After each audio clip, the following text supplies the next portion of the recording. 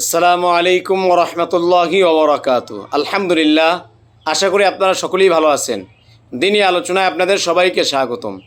আমাদের এই দিনী আলোচনার আজকের বিষয়বস্তু হবে লাইলাতুল কদর। তো এই লাইলাতুল কদর সম্পর্কে আলোচনা করতে গিয়ে আমি আপনাদের সামনে বলেছিলাম যে আল্লাহর রাসূল সাল্লাল্লাহু আলাইহি সাল্লাম বলেছেন, যে ব্যক্তি এই লাইলাতুল কদরের ফজিলত, এই লাইলাতুল কদরের যে গুরুত্ব, এই লাইলাতুল কদরে যে আল্লাহ তাআলা সওয়াব রেখেছেন, এটার থেকে যে মাহরুম হবে, যে বঞ্চিত হবে, সে সর্বহারা হয়ে যাবে, সে নিঃস্ব হয়ে যাবে, সে নিঃস্ব হয়ে যাবে। তো এই যে লাইলাতুল কদর, আমি বলেছিলাম আপনাদেরকে এই লাইলাতুল কদরটা আসলে কোন দিন। আমাদের দেশে তো 27 তারিখে পালন করা হয়। আসলে কি এটাই কি নির্দিষ্ট কিনা, বা এই লাইলাতুল কদরটা মূলত কোন দিন? তো এই বিষয়ে বলতে গেলে রাসূলুল্লাহ সাল্লাল্লাহু আলাইহি ওয়াসাল্লামের একটা হাদিস বলা দরকার। আল্লাহর রাসূল সাল্লাল্লাহু আলাইহি ওয়াসাল্লাম এই লাইলাতুল কদরের দিনের ব্যাপারে বলেন যে এটা আসলে কোন দিন।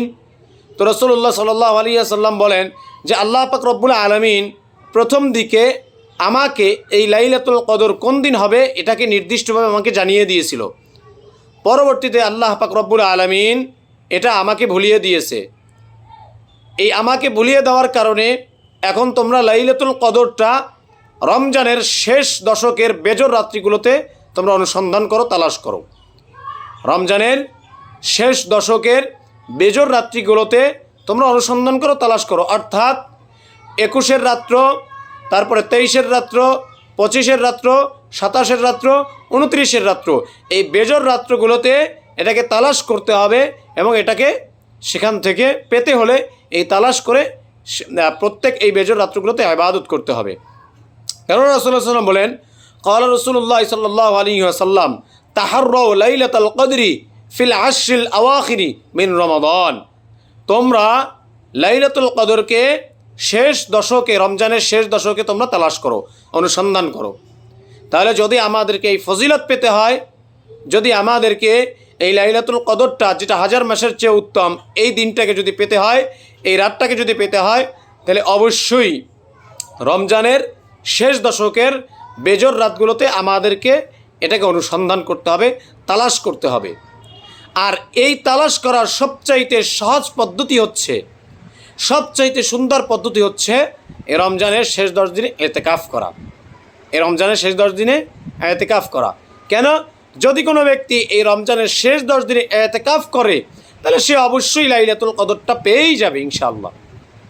তার থেকে লাইলাতুল কদর ছোটার কোনো সুযোগই নেই। তার থেকে লাইলাতুল কদরটা ছোটার কোনো সুযোগই নেই। আর এই ইতিকাফের ব্যাপারে আল্লাহ পাক রব্বুল আলামিন নিজেই আমাদেরকে উৎসাহিত করতেছেন, নিজেই বলতেছেন। কি বলেন?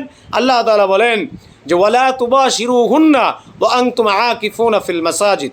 আল্লাহ তাআলা বলতেছেন যে তোমরা ইতিকাফ করা অবস্থায় স্ত্রীদের সাথে মেলামেশা করো না, সহবাস করো না। এই আয়াত দ্বারা আল্লাহ পাক রব্বুল আলামিন আনতুম আকিফুনা ফিল মাসাজিদ, মসজিদে ইতিকাফ করার দিকে আল্লাহ তাআলা নির্দেশ দিয়েছেন, আল্লাহ তাআলা উৎসাহ দিয়েছেন। তার মানে ইতিকাফ আমাদের করা চাই। কেন? যদি আমরা ইতিকাফটা করতে পারি, তাহলে অবশ্যই আল্লাহ তাআলা আমাদেরকে লাইলাতুল কদর আমাদের নসিবে জুটাবেন। এই লাইলাতুল কদরটা আমরা পেয়ে যাব। আর এই ইতিকাফ অর্থ হচ্ছে নিজেকে কোথাও আবদ্ধ করা, নিজেকে কোথাও কিছু সময়ের জন্য আবদ্ধ করে রাখা। আর পারিবেশিক অর্থ হচ্ছে নিজেকে মসজিদের ভিতরে রমজানের শেষ 10 দিন আবদ্ধ করা, শেষ 10 দিনে মসজিদের ভিতরে আটকে রাখা। আর এই ইতিকাফের ব্যাপারে বুখারী ও মুসলিম শরীফের হাদিসে এসেছে, হযরত আয়েশা সিদ্দিকা রাদিয়াল্লাহু তাআলা থেকে বর্ণিত, তিনি বলেন রাসূলুল্লাহ সাল্লাল্লাহু আলাইহি ওয়াসাল্লাম অবশ্যই রমজানের শেষ 10 দিন জীবনে সবসময় ইতিকাফ করতেন। তিনি কখনো রমজানের শেষ 10 দিনে ইতিকাফ ছাড়েননি। শুধু তাই না, হযরত আবু হুরায়রা রাদিয়াল্লাহু তাআলা থেকে বর্ণিত, তিনি বলেন রাসূলুল্লাহ সাল্লাল্লাহু আলাইহি ওয়াসাল্লাম জীবনের প্রত্যেক রমজানের শেষ 10 দিন ইতিকাফ করতেন। এমনকি তিনি যেই বছর মৃত্যুবরণ করবেন, দুনিয়ার থেকে চলে যাবেন, ওই বছর তিনি 20 দিন ইতিকাফ করেছেন। অতএব মুসলমান ইতিকাফ করতেই হবে আমাদের, এটা রাসূলের সুন্নাত।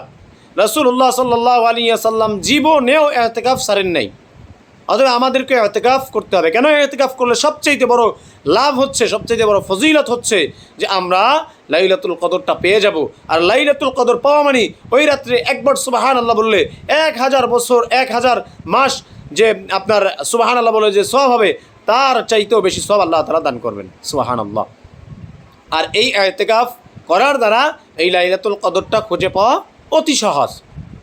শুধু পুরুষরাই করবে এমনটা নয়, ঘরের মা বোনেরাও ইতিকাফ করবেন। কেননা রাসূলুল্লাহ সাল্লাল্লাহু আলাইহি ওয়াসাল্লামের স্ত্রীগণ আম্মা জানেরা সবাই ইতিকাফ করতেন। এমনকি রাসূলুল্লাহ সাল্লাল্লাহু আলাইহি সাল্লামের মৃত্যুর পরেও তারা ইতিকাফ করছেন। এজন্য এই ইতিকাফ আমাদের করা সকলের জন্যই দরকার। কেননা ইতিকাফ যদি আমরা করতে পারি তাহলে অবশ্যই লাইলাতুল কদরকে আমরা খুঁজে পাবো। আর এই ইতিকাফ করলে কি ফজিলত, রাসূলুল্লাহ সাল্লাল্লাহু আলাইহি ওয়াসাল্লাম বলেন, যদি কোনো ব্যক্তির ইতিকাফ কবুল হয়ে যায় তাহলে আল্লাহ পাক রব্বুল আলামিন তাকে 2টা হজ 2টা উমরা করলে যেই সওয়াব হয় এই সওয়াব আল্লাহ তাআলা তার আমল নামায় দান করবেন। সুবহানাল্লাহ। এজন্য লাইলাতুল কদরকে খুঁজে পাওয়ার জন্য, লাইলাতুল কদরের ফজিলত অর্জন করার জন্য আমাদেরকে ইতিকাফ করতে হবে। যদি ইতিকাফ করি তাহলে ইতিকাফের ফজিলত আলাদা তো আছে, এটা তো পেয়েই যাব, সাথে সাথে লাইলাতুল কদরটাও আমরা পেয়ে যাব। আর যে ব্যক্তি লাইলাতুল কদরটা পেয়ে যাবে আল্লাহ পাক রব্বুল আলামিন তার পিছনে সব গুনাহসমূহকে ক্ষমা করে দিবেন। সুবহানাল্লাহ। এজন্য আমাদের সকলকেই সচেতন হয়ে রমজান মাসের শেষ দশকে লাইলাতুল কদর তালাশ করা এটা আমাদের জন্য অত্যন্ত জরুরি। আল্লাহ পাক রব্বুল আলামিন আমাদের সবাইকে রমজানের শেষ দশকে বেজর রাতগুলোতে লাইলাতুল কদর তালাশ করে এই লাইলাতুল কদরের ফজিলতগুলা পরিপূর্ণভাবে অর্জন করার তৌফিক দান করুক। আমিন। ওয়া আখির দাওয়ানা আনিল হামদুলিল্লাহি রাব্বিল আলামিন। আসসালামু আলাইকুম ওয়া রাহমাতুল্লাহি ওয়া বারাকাতুহু।